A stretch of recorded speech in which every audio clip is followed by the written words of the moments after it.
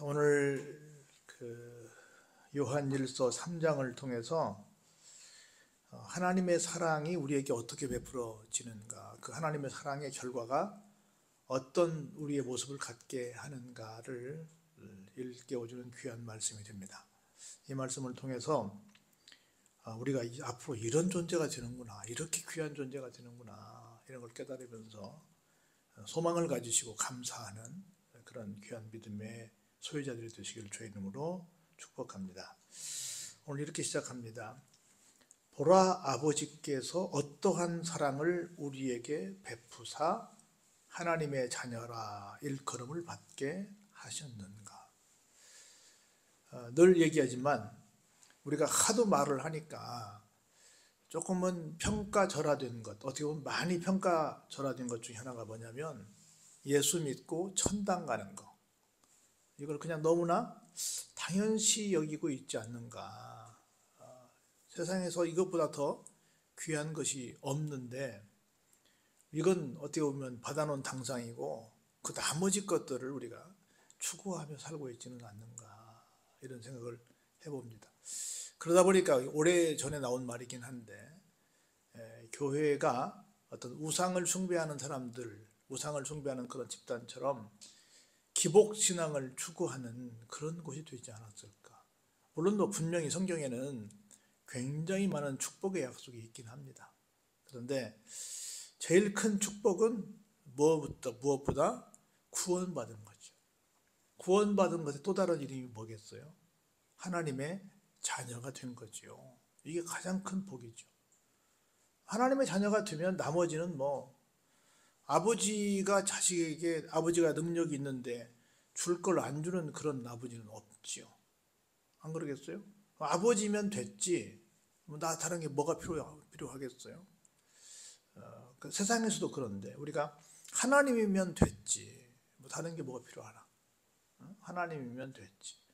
그런 믿음이 우리 성도들에게 있어야 되는데, 하나님은 필요 없고 하나님이 갖고 계신 것만 주세요라고 하는 그런 모습들이 좀 있어서 좀 아쉽다 하는 생각이 듭니다. 별로 적절한 예가 아닐지 모르겠지만, 전 많이는 안 가봤습니다만은 선교지를 좀 가보는데, 저는 좀 그런 긍지를 갖고 신학교에서 강의를 하고 선교지에 가서 강의를 하는데, 참 나는 내 것이 아니지만 하나님의 것인데 정말 소중한 걸 들고 간다. 내가 들고 가는 이 메시지는 대단한 거다. 내가 대단한 게 아니라 이 메시지가 대단한 거다라고 생각이 들어서 굉장히 자긍심을 가지고 가는데, 내가 가본 몇몇 선교지에서는 내가 들고 온 이 준비한 강의안보다는 내 손에 뭐가 들려 있을까를 더 관심을 갖는 모습들을 보면서 다음번에도 내가 여기를 와야 되나 하는 생각을 가질 때도 있었습니다. 그것도 필요하죠. 다 필요한 건 필요하긴 한데, 궁극적으로 진짜 필요한 것이 뭘까라고 생각하는 것이 필요한데, 국내도 그렇고 해외도 그렇고 좀 그렇다. 그래서 정말로 말씀만을 사모하는 그런 교인 만나보고 싶다. 그런 선교지 만나보고 싶다. 그래서 정말 순수하게 말씀만 기다리는 그런 오지 중에 오지를 좀 가봤으면 좋겠다. 이런저런 어떤 선교 어떤 사역을 통해서 맛본 사람들 말고, 그런 거 말고 정말 목사 한 번도 못 봤는데, 정말 말씀 제대로 푸는 거 제대로 못 봤는데 한번 그런 선교사가 왔으면 좋겠다, 그런 선교 사역자를 좀 만났으면 좋겠다 하는 그런 기다림의 장소가 어디 있을까, 이런 생각을 좀 늘 해봐요. 그런 데를 좀 누비면서 주님 만났으면 좋겠다, 그런 생각을 해보거든요. 근데 선교지도 그렇고 국내도 그렇고 하나님의 자녀가 된 것에 대해서 얼마나 감사할까, 그게 얼마나 대단한 것이라고 하는 걸 인정하고 살까, 이런 생각을 좀 해봅니다. 그렇지 않다 보니까 선교학교에서 약간 다르긴 하지만 GDP 5,000불만 되면 그 다음부터 교회가 굉장히 동력을 잃는다.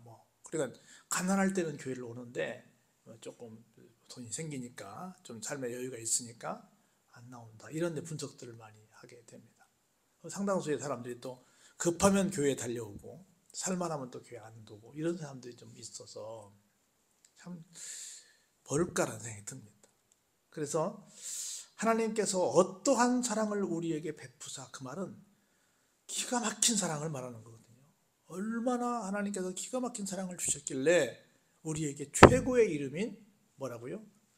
하나님의 자녀라고 하는 일컬음을 받게 하는 그런 선물을 주셨나 하는 겁니다. 우리가 그러하도다. 그러므로 세상이 우리를 알지 못함은 그를 알지 못합니다. 세상이 우리가 정말 세상에서 얻을 수 없는 기가 막힌 은혜, 하나님의 자녀가 되는 은혜를 받았는데, 세상 그 무엇보다도 바꿀 수 없는 기가 막힌 사랑을 받았는데, 큰 복을 받았는데, 세상 사람들이 알아봐요, 알아보지 못해요? 알아보지 못한다는 거지. 예수님을 모르니까 우리가 얼마나 큰 복을 받고 사는지를 모른다는 거죠. 이게 좋다고 해야 되나, 안 좋다고 해야 되나? 여러분, 우리 세상에서 큰 복 받은 사람들은 다 어떻게 해요? 이사 가잖아. 대표적인 케이스로 어떤 사람들이 로또 당첨되면 이사 가. 로또 당첨되면 이사가 산다잖아. 그 동네에서 못 산다 그러잖아요. 그렇게 큰 복, 그것보다 비교할 수 없는 더 큰 복이 어때요?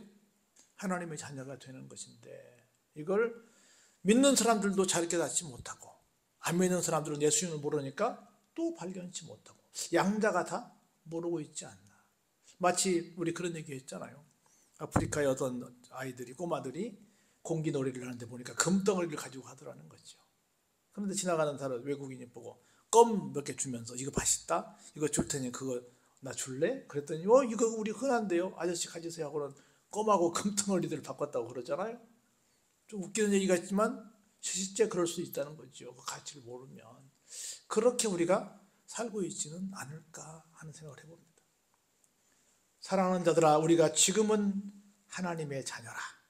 그런데 더 큰 일이 생깁니다. 지금 우리가 하나님의 자녀가 된 것도 기가 막힌 건데요. 볼까요? 장래에 어떻게 될지는 아직 나타나지 아니하였으나 그가 나타나시면 우리가 뭐예요? 예수님과 같을 줄을 아는 것은 그의 참모습 그대로 볼 것이기 때문이다 라고 말합니다.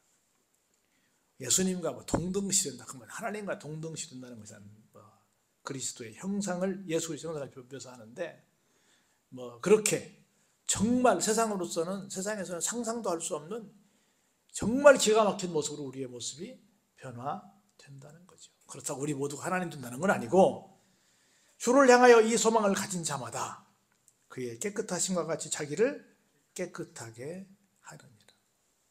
내가 앞으로 어떤 사람이 될 거라고요?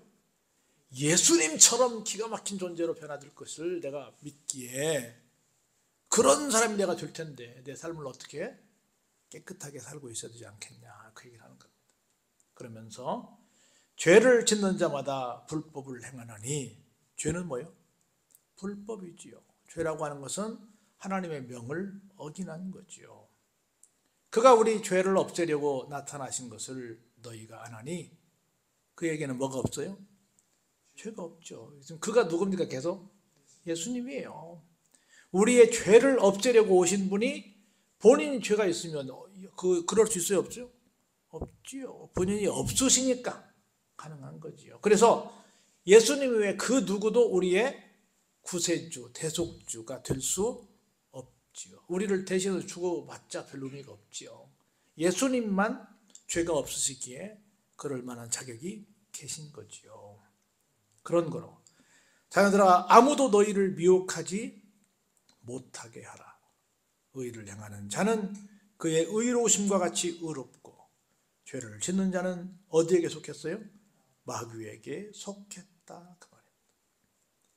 마귀는 어때요? 처음부터 범죄한 존재들입니다. 따라서 하나님의 아들이 나타나신 것은 뭐하러 오셨어요?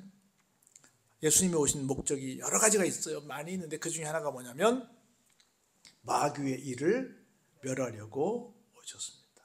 그 말은 뭐예요? 우리를 미혹의 자리에서 우리를 막아주시기 위해서, 미혹받아 나락으로 떨어지는 것을 방지하시기 위해서, 우리를 미혹하는 마귀를 멸하시기 위해서 오신 분이 누구시다? 예수님이시다, 그 말입니다. 그래서 마귀에게 미혹되어서 엉터리의 삶을 살지 않으려면 예수님을 모시고 살아야 된다는 겁니다. 그런 거로 볼까요? 하나님께로부터 난 자마다 죄를 짓지 아니하나니 이는 하나님의 씨가 그의 속에 거함이요 그도 범죄하지 못하는 것은 누구 때문에? 하나님께로부터 났다고 하는 것을 믿는 믿음 때문에 그렇다는 겁니다.